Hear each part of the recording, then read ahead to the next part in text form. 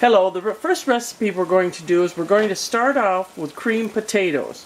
And for creamed potatoes, very easy. This is really a cheap meal. I've cut up a potato. I've got it in water so it doesn't turn color. It's a cold water. I've got 5 tablespoons of flour, 4 tablespoons of butter, and salt and pepper. Now basically I'm just going to do a white sauce. So I have my water boiling. I'm going to cook my potatoes first, and I don't want them mushy. I want them still a little firm. So let me drain the potatoes and I'll put them in my water. Okay, I'm making a small batch, which is 2 cups of milk. So I only did 1 potato. That should be enough. And this doesn't take long, like 5-10 minutes. I'll let them come back to a boil. I forgot to tell you that you also need 2 cups of milk. Now, my mom always called this creamed potatoes.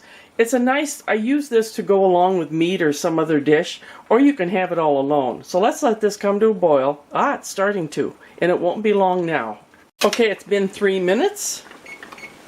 So I'm going to take one out, and I put it here, I'll poke it. Very scientific how I do this. Let me set it here, and I'll just poke it to see if it's done. And it's done, it's perfect. It's not mushy, but it's still a little firm, but it's great. I'm taking these off, and I'm going to drain them. My potatoes are drained, and now I'm going to make the sauce part. Now when I usually make this, I'm making just a regular batch today, but usually I will double or triple this batch because we will eat it afterward. So if you're going to use this to fight inflation, I would make a double or triple batch. Depends on how many there are of you. And you know, that was 1 potato I did. 1 nice sized potato. Okay, my butter has melted. I'm going to put in the flour.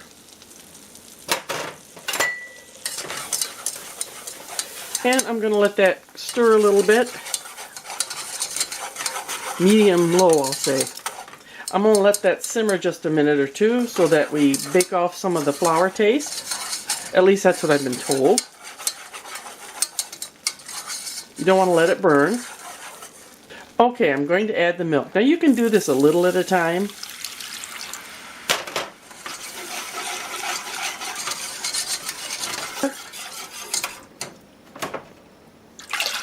There.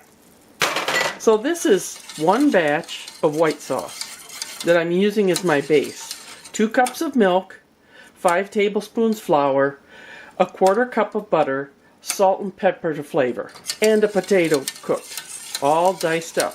I think some people slice, I'm not sure. Do whatever hits your fancy. We're going to let this thicken up here. As you can see, it's starting to thicken. See, it's getting thicker, and you don't want it to burn on the bottom. And remember, this is a small batch. Alright, I'm going to add my potatoes. That was 1 potato, and that is plenty. So if I were going to, Martin and I were just going to have this as a side, I'd probably make this size batch. But if I want leftovers, I would double it or triple it. So now I'm going to add some salt. And this is all to your taste. And some pepper. Sometimes I tend to add a little bit too much pepper. So I'll try to hold back. Let it finish up here. It's almost done. And remember, I use a low-medium heat because I don't want to burn my sauce. And this is what my mom called creamed potatoes. And it tastes so good if it cools off and you put it in the fridge and warm it up. Ooh. You might add a little more milk because it'll be so thick once it's set up. There, let's let this finish. Okay, I've turned off the heat. It's all done. It's a good rib sticker, but this is a very inexpensive dish to make. Creamed potatoes. Now I'm going to let this cool, and I'm going to show you how you can stretch this even further. Okay, so you had creamed potatoes 1 day. Now you can reheat it. If it's a little too thick, add some more milk and have potato soup. Or what we're going to do is add some ham to it. And you could add a little cheese too, and you have another dish. Now, I did not have a ham chunk on hand, but I did have some thin slices of ham, so I cut them up. Basically, I'm talking about cooking from your refrigerator. Now since I'm adding some ham, I'm going to leave this a little thicker, but you could also add a little more milk if you like to make it thinner, like a soup. Yep, she's getting there now. So what I've done is I'm going to add however much ham I want. I might not even need all this. See how it looks. Remember, this stuff is all to your taste. Yeah, I think I'm going to add the rest. I happen to have on hand a couple of thin slices of ham. You know, like lunch meat. Okay, this is where you can taste and see if you want some more pepper or salt. Perfect. Now the other thing you can do, I'm not going to, but you could add some cheese also to this. And you have taken a simple white sauce, some potatoes, and a teeny bit of ham, and you've made a whole meal again. You can have a couple meals from a batch of creamed potatoes. There, that's done. Now I know you guys are very clever in the kitchen. So if you have any more ideas, let me know. And then I'll also suggest to you that watch, look at the comments, because some really good comments come in with additions and how they would change the dish. Okay, I'm going to have the recipe also in the description below. Okay, let's do this. Now we have the creamed potatoes with a piece of ham, and you've got a whole other dish for another day. Cheap and easy. This is going to be fried rice. Now I'm making a small batch, but I've made this with a lot of rice, a lot of vegetables, a lot of eggs. So let's get going here. I've got some rice. This is cold rice. I have some green onions cut up. A carrot grated. Now these are things I have in my refrigerator. We had pork chops. I got a good deal on those. This is one that's left. I cut it up. I have some snow peas, some soy sauce, and some eggs. I put some oil in my skillet. Now, fried rice is so versatile, you can put about anything you want in there. But let's get going on my combo. Now first I'm going to fry the rice, fry the cold rice. And you want to have the oil hot enough, or when you put it in, it just absorbs the oil, soaks up the oil. This way it'll fry. I'll show you the test to see if it's right. You're going to need that specialized tool you've got. It's ready. You just flick some water on there. Okay. Here goes the rice.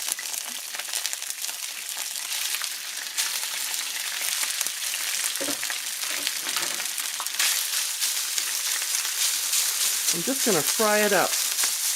Now, as I was saying, this is a really small batch. I can make it so that the pan is full to feed a lot of people, still using the same amount of meat. Or you know, you don't even need any meat. Now remember, you can customize this to whatever you like. You could put broccoli in there. You could put, well, there's just about anything you could put in. Whatever your family likes. Let it get a little bit of crispy underneath.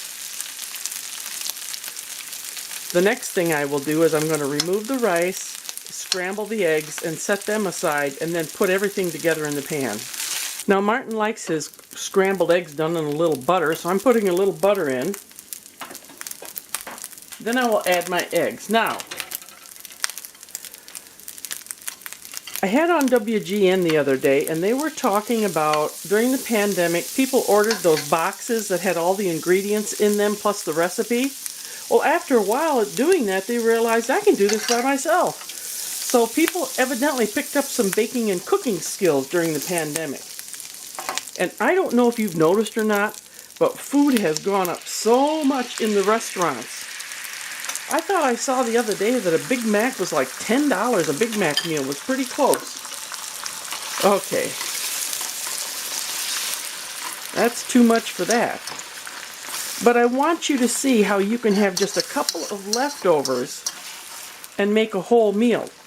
Like I said, sometimes I fill this pan this high with rice and just very little meat. You don't even need any.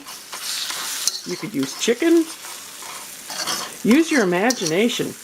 The other thing is I want you to get used to having leftovers in the refrigerator. Make up extra rice if you make it. Make up extra mashed potatoes. Make up extra. then you can just call on anytime and use it. And I think these are about done. They are. I've added a little more oil after I scrambled the eggs. Sometimes I do it all in the pot with everything still in there. But right now I'm going to add my leftover pork. That's quite a bit of pork. Now that one pork chop was kind of hefty. I could have made a batch of fried rice up to there with that. But we'll put it all in. Martin's in the other room. I guess he knows what he's having for supper tonight. We'll let that get a little warm along with the green onions, the carrots. I hope you get the principle here. You just need a few things and a lot of rice. Okay. Now I'm going to add the rice back in.